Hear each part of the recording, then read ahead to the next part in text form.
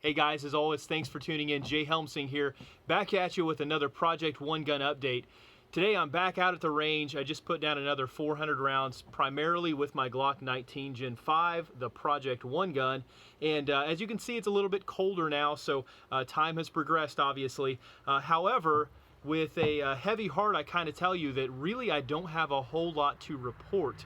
I've got a few nuances here and there, but basically my initial findings of me putting a bunch of rounds down with one gun and working mostly on my own skills, you know, building off of my failures and my successes with that one platform and just kind of training the skill side, has paid off, and it does translate to other guns or other platforms. And we'll talk more about that in just a moment. This has also been extremely reliable. I haven't had any issues or any crises. And I also did this time shoot a few other guns just to show you. So we got a single action, double action Wilson Combat Beretta. We've got the Glock 45 Gen 5. I put some rounds down with that. I've got this Gray Guns tricked out P320 by SIG. We'll talk about that in just a moment. What other goodies did I have? Oh, single action only, at least that's how I was shooting it. Shadow 2 by CZ. Okay, so obviously some very different guns out here, and I'll talk about that in just a moment. Basically, I brought these guns out to be a litmus test for Project One gun. So I wanted to shoot a variety of guns and just kind of see if I was getting a little bit polarized on the Glock platform, or if it was going to be translating to other guns like I found in the past. You know, from striker fire, double action, single action only, anything I can get my hands on pretty much. And I almost forgot this one. I have a P320 RX as well, so I was shooting with a red dot a few times. So we'll get into those findings in just a minute. However, as far as a big evolution, a big finding, I really have nothing to report to you guys. And that is basically the reason why I'm kind of considering what to do at this point. Now, I told you guys I would shoot this for about a year just as kind of a data collection, and I have, you know, done a few months so far, about a quarter of the way through that time, maybe a little bit more, but we're kind of at the part where I don't really know which direction to go. Should I stay with the Glock 19, you know, and just keep reinforcing my findings? Should I branch out, go to other guns? Should I put up some more reviews of other guns? You know, really, what should I do? So we'll get all to that, get to that entire philosophy here as the video winds down. But first, let's talk about these guns. So started shooting mostly with the Glock 19. Now, I've just fired a USPSA match with this gun, and I'm just going to kind of tell you why this test came up. So with the USPSA match, I was, I think, third in production, and I was pretty much mid-pack if you looked at the overall standings. That's, you know, all the classes combined. For me, that's just a little bit on the low side. Now, I did have a few issues. I did have some issues with ammunition with this, not a malfunction of the gun, but an issue with ammunition where I did have to do some remedial action a few times. That slowed me down. So you're going to have those bobbles here and there, right? But as I was shooting it, you know, a couple things stood out. First off, no one else there had a compact, period, end of story. I was the only guy crazy enough to shoot this. Second, probably the only guy out there with a stock trigger. Okay, so you know, let's be honest, not too many people go to USPSA matches or get serious into the sport and keep the gun completely stock. That's just not the name of the game. Okay, with that said, my question, or the reason that I'm testing this, is would I gain a lot by going to either a full-size gun or a race-type gun, or drastically changing that, or having a second gun to stand in for this gun when I shot at USPSA? My feelings at this point are, yeah, pretty much. Okay, I think there is definitely time to be had. I think that with a longer barrel, longer sight radius, with maybe more weight over the front end, that my times would have been faster. I really don't have any doubt about that. Now, would they have made or broken me as far as the competitor? I really don't know. But I do know that, again, I was the only one there shooting a compact, so take that for what it's worth. Should you leave that much room on the table? It's up to you, right? So, that's kind of the direction that I'm going now as far as competition. I really don't think that the Glock 19 is a good competition gun. I don't think anybody out there would refute that. You know, some people say the Glock 19 recoils less because there's less mass on the slide and all that kind of stuff. The bottom line is, if you compare this to some other, you know, more competition or race type guns, this is going to recoil more than they do anyway. It doesn't matter how you cut it. Okay, if it's a Glock 17 or Glock 19, this is going to have more of a punch than those do. Okay, it's just a light gun. It's a polymer gun. You know, there's really no frills about it. It's built for reliability. It's built for combat accuracy, and it does that very well.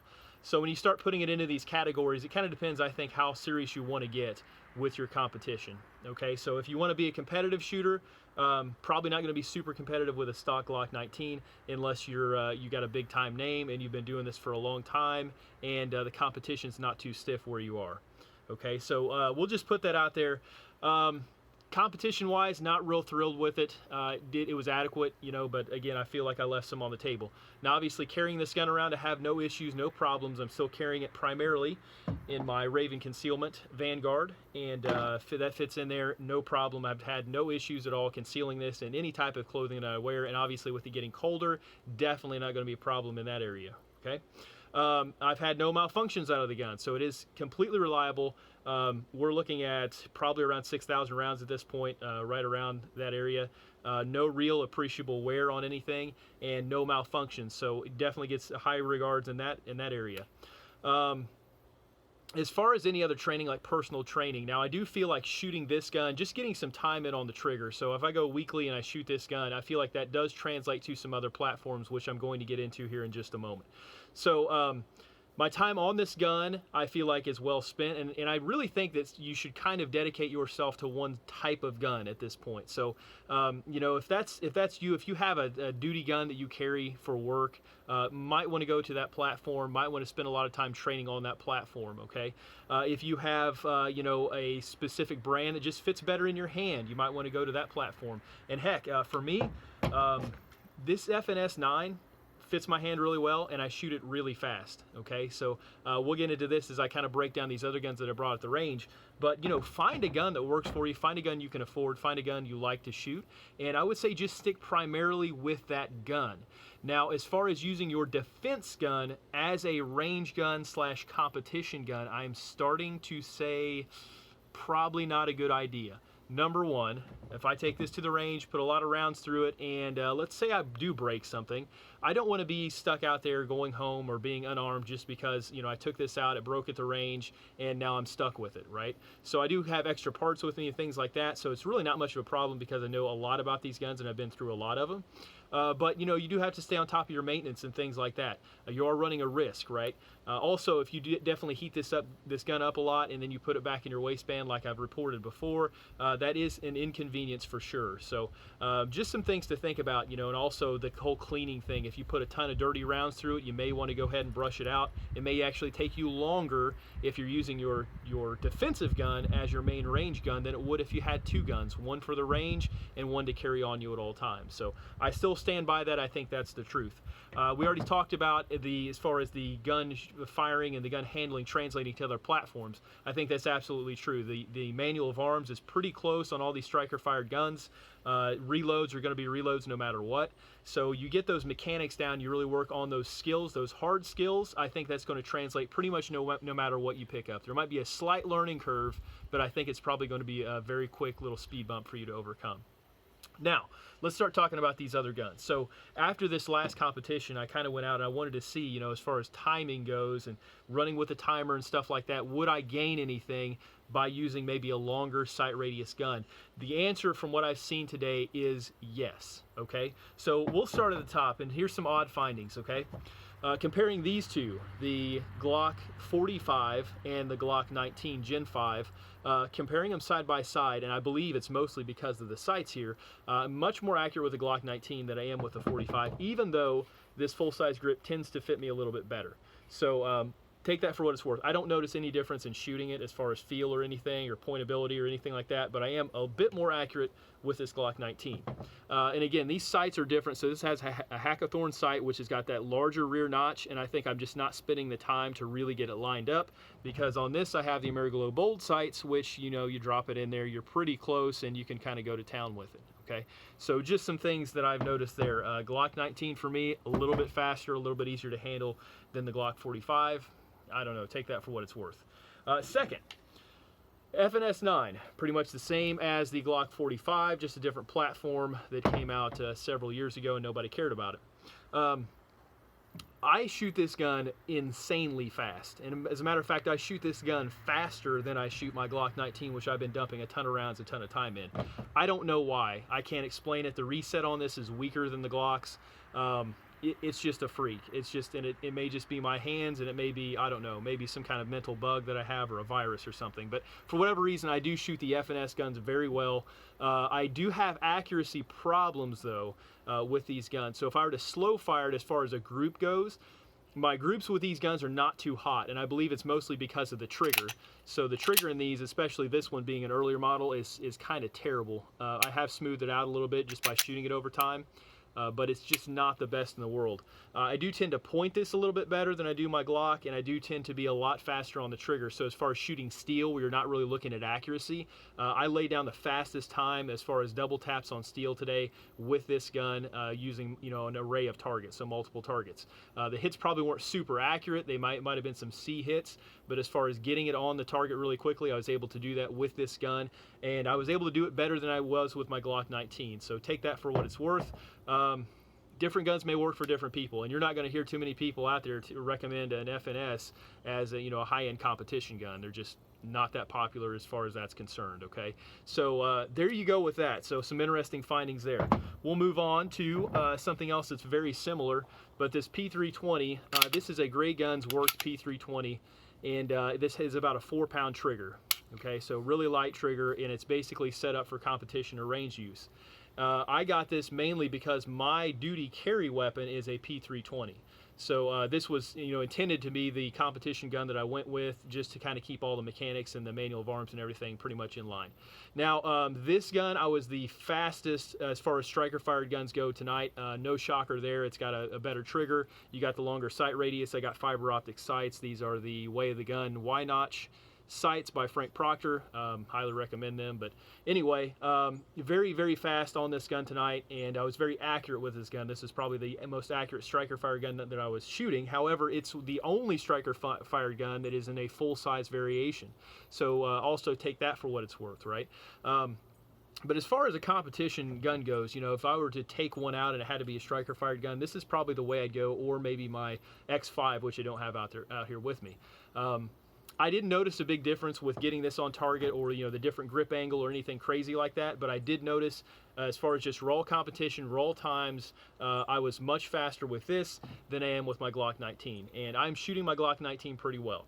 So again, trigger totally different, grip angle totally different, and I'm not, I have no, inhibitions at all shooting this gun fast or shooting it accurately. Really no learning curve at all as far as that goes. So again, another interesting finding. I was definitely faster with this, and if you were to ask me, what would you take, a Glock 19 or your P320 to a competition next, I would go with my P320 without blinking twice. Okay, definitely a better gun for me as far as accuracy and speed is concerned, and obviously with that work trigger, it's apples and oranges, but that's the way that goes, right? So we'll move on next to some metal framed guns and some completely different actions.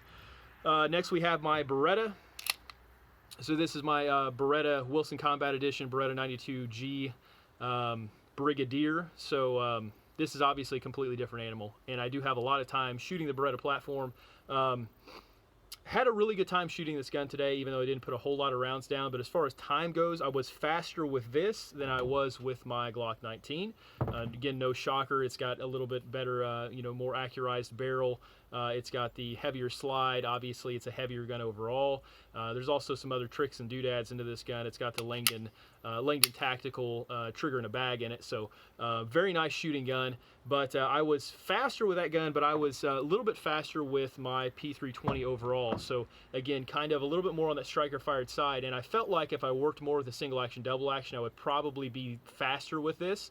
But there's just that little bit of hiccup because I don't shoot single action, double action a lot because I've been spending so much time on old Project 1 gun. Okay, so with that said, I was able to pick this up and basically lay waste to my Glock 19. So take that for what it's worth. Now we'll get the granddaddy of all out here, the Shadow 2. Single action only is the way that I was firing this. There is no decocker on it, so it will fire both, double action, single action. However, I was just firing it with the safety and just letting it rock that way. These guns are capable of just blazing accuracy and blazing speed, and I was able to basically milk that out of this gun with really no problem. If I had to pick one of the three, as far as one of these guns that I would want to compete with, it would either be the Shadow 2, my P320 by Gray Guns, or possibly my Beretta 92 by Wilson. So it would be one of those three guns. There's no doubt that the longer sight radius afforded here, the fiber optic sights, and of course the triggers really made a difference out here at the range, and would make a difference in competition. So, take that for what it's worth. Now, I thought about this. If you start working the opposite way, so my recommendation now would probably be find a gun that you like to carry, like to train with a lot. Okay, whether that's the Glock 19, the SIG guns, any striker fire gun, the FNS, whatever you have. Okay, or if you like the hammer guns, right? Just find that gun that you like to carry that works best for you, and train with that gun. Okay, train primarily with that gun, because that's probably what you're going to need to rely on. Okay. With that said, if you go to the range, I would recommend, or if you shoot competition, just get you a nice Ranger competition gun and just shoot it that way. I would have no inclination to ever carry this in any way, shape, or form, okay? But I would use it as a range gun or a competition gun and just spend that time dry firing and things like that, getting used to this gun. And I feel like, at least from my findings, the time that I would spend on this gun, even though it's single action only, would translate to this gun, because that's what I've found so far. It kind of works that way. The more you spend on one gun, learning the mechanics of it, and working on your own skill, the more it's going to translate to other guns. Okay. So again, I don't think that the triggers in here would prohibit you from being able to shoot a defensive gun well. I don't think they would prohibit you from pointing that gun well, or really doing anything you needed to with your defensive gun. So kind of my new philosophy might be, find a good competition gun if you want to shoot competition. Train on that gun, and also get you a good defensive gun, that you're going to take to the range and put some rounds down with it as well, and carry that gun. And I think there are two different worlds, and there are probably two different branches we need to train with.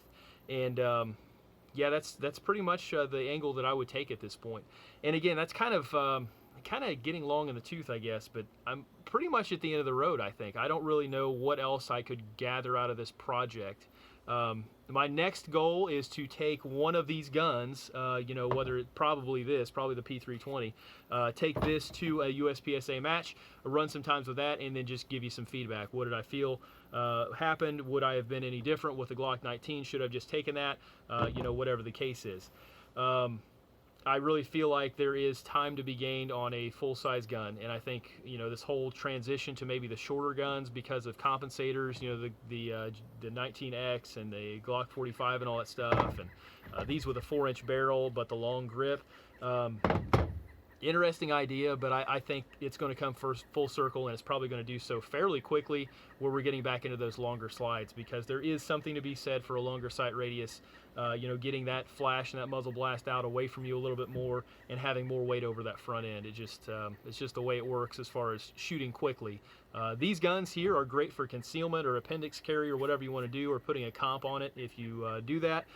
They're just not super good for distance at the range, or speed, or follow-up, or sight acquisition, or really much else. Okay, so that's it. That's Project One Gun update for now. And again, I do have a Glock operators course coming up, which I'm going to attend with Project One Gun in hand. Other than that, we're going to kind of see how this shakes out, and I'm going to kind of see if my ideas change. And I know one of the questions going to come up is, well, if you think you need a range gun and you need a carry gun, should I get a Glock 34 and a Glock 19?